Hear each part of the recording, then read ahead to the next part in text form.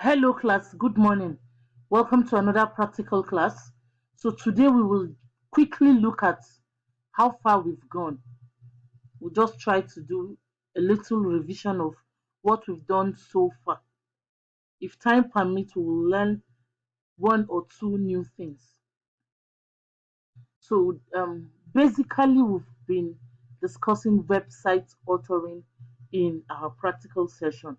We began by defining some terms in website authoring. Afterwards, we built a simple or we created a simple web page before we now moved to tables. And in tables, we began with a simple table.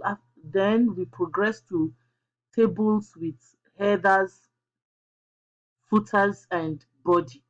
So that's where we are currently. For instance, take a look at this table. This is the caption of the table, Mary's examination grades. And so the subject and score, they make up the header. They fall into the header tag. So from mathematics to ICT, that's the body of the table. Now total and this number make up the table footer. If you take a very good look, you would notice that the height of this header is not the same as every other content over here. There was a tag we used for it. So let's look at that tag. Now this is the table head. This is the table head. This is table row. We added a style. We added an attribute. We said the height should be 60 pixels. That is why the height is not the same as the others. So we can duplicate this. We can copy it and have it in any other table. We can copy this attribute and we can include it here. It will change the look of the table. So this is what the tags. This is what our notepad looks like. You need to have the doc type, that's document type, HTML, and then HTML. Those are the declarative statements that would make any browser recognize this as a web page and not plain text.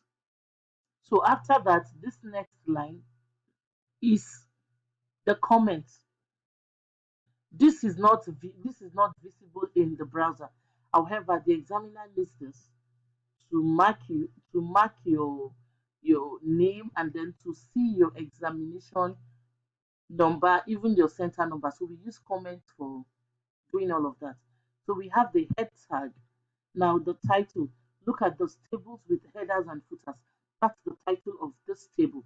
However, this is where it appears on the title bar. Okay, it does not appear on the body of the table. All right, class. So then we have the table border. We set the border to be 1. And then we give the table a style, 80%. We set margin to the left and right automatically. All of this were done in our last lesson. So today, let's quickly see something. Let's add a new. Let's add a new attribute to our table, and that attribute is called table collapse.